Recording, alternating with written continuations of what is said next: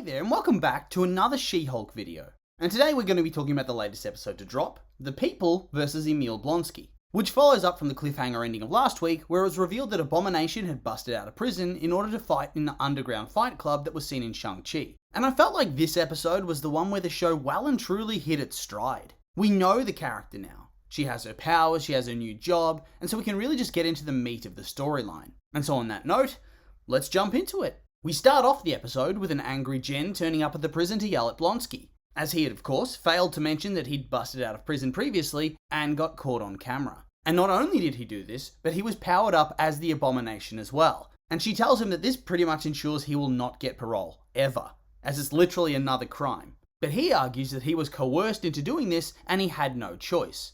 And then on top of that, he returned to his cell and his prison sentence of his own free will, despite an offer of asylum. And then this puts Jen on the trail of Wong, with her getting Nikki to stalk him using either an employment website like LinkedIn or a dating site maybe. Either way, they learn he's a wizard and a librarian, and also seems to have been a Target sales assistant in Camotage, which, sure, why not? Not sure how there could be a Target outlet in Nepal, considering my Google Foo suggests they only have stores in North America, but okay. And that's also ignoring the fact that they have a branch inside a top secret temple where wizards train.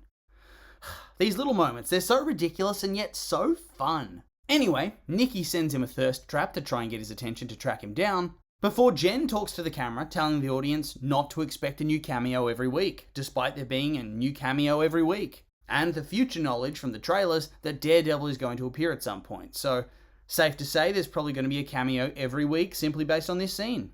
And I'm excited for that. We then have a news montage where the news reports in the MCU continue to mimic real life more and more and become steadily stupider and stupider. In the first report, we learn that Jen representing Blonsky is controversial and that Titania is probably going to get away with a slap on the wrist for her trashing a courtroom and threatening the lives of the jury. We then get one of those annoying YouTube Hollywood gossip shows to follow up with, which just, yeah, it was very accurate down to the weirdly enthusiastic host who uses odd descriptors like statuesque. And it was also quite funny to see the conspiracy theory videos being recommended to whoever's YouTube account this is. She-Hulk is a hoax. She-Hulk isn't real. It feels very accurate. Then there's a Spanish-speaking channel where they discuss the hashtag Big Green Woman, and which has apparently become a worldwide trend, which is kind of horrifying to me, before we head over to the misogyny zone. And at first I thought, this has to be a parody, right? Then I remember the kind of freaks that do dwell on Twitter, and I sadly realized that these tweets are very accurate. Talking about how the mere existence of She-Hulk somehow makes Hulk less special and less manly. And then all the weird takes like Me Too somehow deleted male heroes, superhero affirmative action, female heroes are being shoved down our throats, and male heroes deserve more limelight, that she's just a bad copy, the classics. I love women, and women deserve to be heroes, but Hulk's really a man thing. Why they gotta steal it? That type of stuff. People objectifying her and saying they'd smash, or completely shifting focus and saying how she should be using her platform, and the example here is that she should speak up about endangered lemurs. And then we finish up with a smear campaign from a talking head type show where the prosecutor of the original Abomination trial is just there to shit on what Jen's trying to do to get him parole. So yeah, seems like she's taking a whole lot of L's in the court of public opinion at the moment. Of course, Jen decides to do nothing about all this slanderous bullshit, which is probably not the best approach to take, and honestly it seems a little bit delusional, thinking that the media circus is just going to end after the trial ends. Like, nah, that's not going to happen. You're the head of the superhuman law division in this massive company. And since she is also a superhuman, she's going to be popular. People are going to want her to represent them. She's going to have heaps of massive cases. This is never going to go away. She'll never escape. And honestly, it's kind of frustrating that she's in denial about this deeply obvious fact. She then gets called into Holloway's office, where she finds Dennis, the misogynist, who's there trying to get legal representation. He, of course, refuses to work with Jen as he doesn't like her, and vice versa. And then another lawyer comes in and he objectifies her and harasses her literally instantly. And so the case falls down to Pug. Also, I've never met a person so brazenly awful and delusional. Do they actually exist in real life? Because God help us all if they do. Anyway, turns out Dennis has been defrauded by an ex-girlfriend, a shape-shifting light elf from New Asgard who is posing as Megan Thee Stallion, and using him to pay off her car, pay for holidays and photo shoots, and Honestly, all of this couldn't have happened to a nicer guy in my opinion. What a kind and wholesome man he is. Luckily though, we leave this delusional mess behind as Wong arrives at a meeting with Jen, telling her that everything that Blonsky's telling is the truth, and that he pretty much did abduct him and pressure him into fighting him to assist in his training to become the Sorcerer Supreme. He then demands that he not be punished, assuming that Jen is the one prosecuting him, only to discover that she is the defense, and now he needs to actually go to a parole hearing to straighten everything out. But in an attempt to get out of doing this, he attempts to think of many different alternatives to try and fix things, like send him to the mirror dimension, or the shadow dimension, as opposed to just taking responsibility. Classic Wong. But obviously, Jen doesn't like the sound of those ideas, so he puts those in his back pocket to save for later. And I gotta say, I very much enjoyed seeing Wong in a less serious context. His character has so much comedic potential. I'm glad they're using it. But anyway, back to Dennis and Pug's glorious side story. Turns out he spent $175,000 on the imposter, somehow not thinking about how this person, if they really were Megan Thee Stallion, is surely much richer than him and could pay for herself. Pug then tells him he'll put together a case and Dennis leaves, only for the imposter to arrive as Dennis and try to stop Pug working on the case at all. But since Pug then gets a call from the real Dennis acting like Dennis and thereby proving it is Dennis, he's able to call security and thus she leaves the building, but not before trying to paint Pug as a workplace harassment aficionado. Poor Pug. Anyway, moving on, we then head back to the prison where there's a media circus outside just waiting to harass Jen and paint her as a pathetic Avengers washout defending villains. And at the parole hearing, Blonsky's 7 soulmates make their appearance and, well, they look exactly how you'd expect. Oh, and Wong is seemingly late to the trial despite being able to instantly portal in. And thus the hearing starts, and immediately it's looking bad for Blonsky because the video exists and it's an obvious crime. And so Jen's forced to waffle on in order to buy time, having Emil explain that he feels rehabilitated, talks about his plan for a meditation retreat and his 7 soulmates that he met through the prison pen pal program. We then get a look at the prison librarian and counsellor talking through the improvements that he's made in the lives of other inmates, teaching many to read and leading daily guided meditation exercises, and just promoting a new spiritual awakening for many inmates. And on top of that, he helped one of the guards recognize he was in a bad marriage and work up the courage to leave it. So really, he's looking pretty good except for that whole escape from prison thing.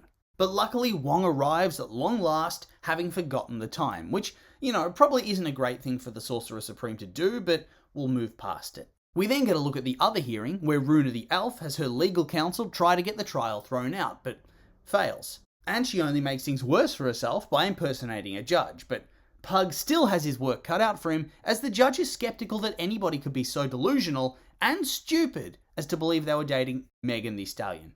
Which, yeah, it is pretty hard to believe. But then back to the original trial, and the board is also skeptical. Skeptical that Blonsky would be able to retain his control in his abomination form, and that he'd still remain a major threat to society. So he transforms to prove that that isn't the case, and the prison goes into lockdown, the board screams and cowers, his soulmates swoon, Jen panics, and then he turns back and covers himself in a blanket, pretty much proving that he could have escaped whenever he wanted to, but he chose to remain there. And in terms of his innocence, I'm thinking this pretty much hits him a home run. And honestly, this whole scene's just excellent.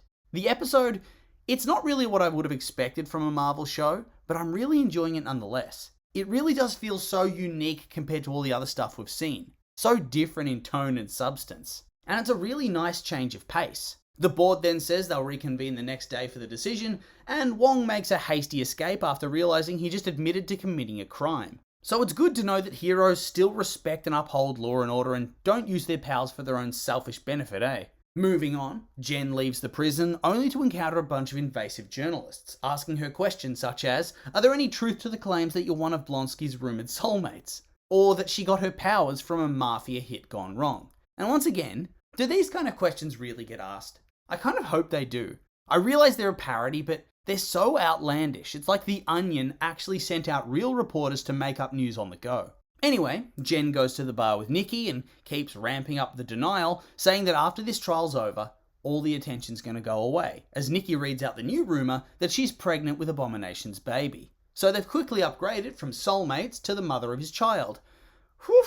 Anyway, Pug then has a breakdown because Dennis is a complete and utter muppet, before realizing that Jen, being an ex-co-worker, would be the perfect person to give evidence that he is in fact the most delusional person in the world. The kind of person that absolutely would believe that he could pull Megan Thee Stallion, with no doubts or thoughts that he was being deceived whatsoever.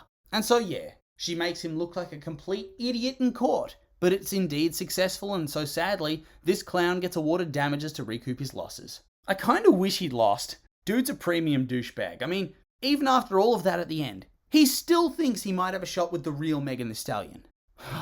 What an utter buffoon. Seriously, at a certain point, he's no longer a funny parody that's gonna get all the red pillars and the men's right activists heated, but he's just an enormous buzzkill that makes me sad to exist.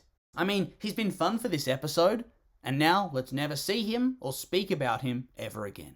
Although he does give Jen the idea that Abomination can have a power inhibitor placed on him to prevent him from transforming, and thus reduce his risk of hurting anybody and increases his chance of parole. But how do they get a power inhibitor? Wasn't Bruce's a prototype?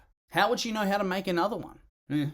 But yes, Abomination gets released on parole and his soulmates rejoice, before even he is able to tell Jen that she needs to get with it and do an interview so she can try and control the narrative.